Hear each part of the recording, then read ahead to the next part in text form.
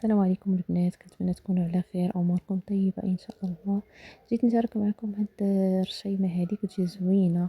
اختاريت انني نخدمها بجوج الالوان غير بلونها، ودخلت عليها هاد الاورانج هذا اللي جا زوين بزاف.